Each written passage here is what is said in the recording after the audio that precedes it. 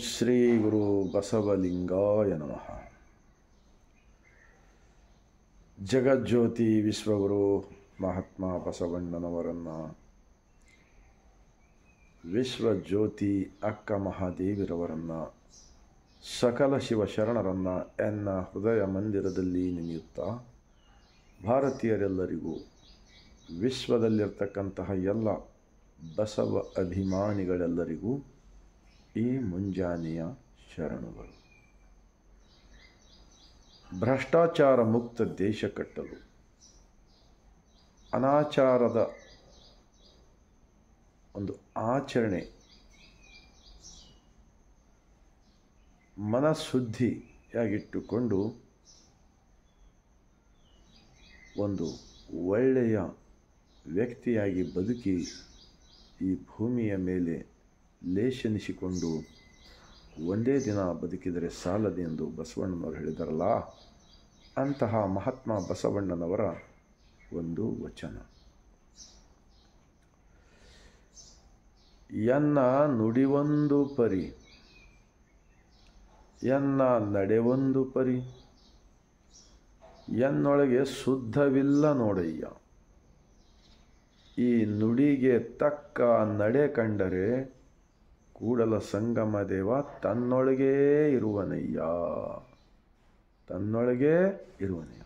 ಕೂಡಲ ಸಂಗಮ ದೇವ ಅಂದರೆ, ಕೂಡಲ ಸಂಗಮ ದೇವ ಒಂದು ಗ್ರಾಮವಲ್ಲ, ಒಂದು ಸ್ಥಳವಲ್ಲ, ಇಡೀ ಬ್ರಹ್ಮಾಂಡದಿಂದ ಕೂಡಿ ತಾಯಿಯ ಗರ್ಭದಲ್ಲಿ ಹುಟ್ಟಿ ಬರ್ತಕ್ಕಂಥ ಜಗತ್ತಿನ ಮಾನವ, ಅವನ ಒಳಗೆ ಒಬ್ಬ ಇದ್ದಾನೆ ಅಂತಕ್ಕಂಥದ್ದನ್ನು ಮರೆತು ಬದುಕ್ತಕ್ಕಂತಹ ಮಹಾಪಾಪಿಗಳಿಂದ ಇವತ್ತು ದೇಶದಲ್ಲಿ ಅಲ್ಲೋಲ ಕಲ್ಲೋಲವಾಗುತ್ತಿದೆ. ಇನ್ನೊಂದು ಮಹಾತ್ಮ ಬಸವಣ್ಣನವರ ವಚನ. ನಂಬರು ನೆಚ್ಚರು ಬರಿದೇ ಕರೆವರು, ನಂಬಲರಿಯರಿ ಈ ಲೋಕದ ಮನುಜರು. ನಂಬಿ ಕರೆದರೆ ಓ ಎನ್ನನೆ ಶಿವನು, ನಂಬದೆ ನೆಚ್ಚದೆ ಬರಿದೇ ಕರೆವರ. ಕೊಂಬ ಮೆಟ್ಟಿ ಕೂಗೆಂದ ನಮ್ಮ ಕೂಡಲ संगम देव. महात्मा बसवण्णा जी का अनुभव मंटप के जो सब वचन क्या सिखाता है, इंसान सच्चाई से जियो और सच्चाई तो एक दिन मरना है, ये सिखाता है. इसके वास्ते मेन इम्पोर्टेंट क्या है, ये शरीर ही मंदिर है, हमारा अंदर सृष्टि का मालिक है. ये इंसान भूल गया है.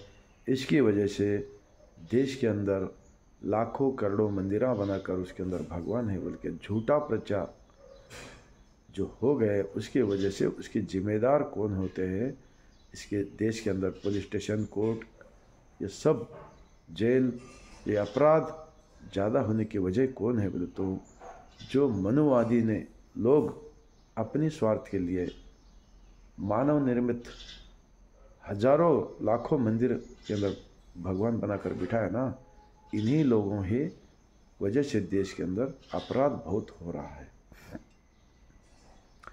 अगर इन्हों सब लोग जैसा शरण लोग अपने वचनों में लिखा है, ये मन शरीर को छोड़ के भगवान नहीं है, भगवान को छोड़ के शरीर नहीं है, ये अगर सिखाते थे तो देश के अंदर सभी लोग, जैसे कि बसवण्णा का पीरियड में 770 लोग, 1,96,000 लोग, सब लोग मिलकर जिए थे ना.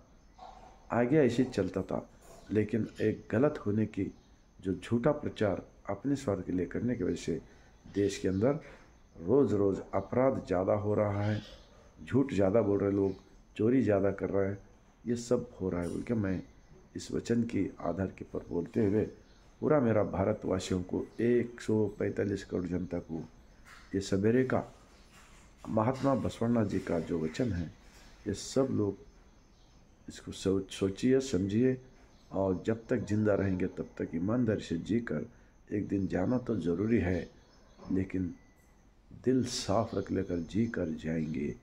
ये होता है इस महात्मा बसवण्णा जी का वचन के भावार्थ. इतना मैं बोलते हुए पूरे मेरा भारत के 145 करोड़ जनता को और इस सवेरे के टाइम पे सर झुकाकर मैं शरण करता हूँ।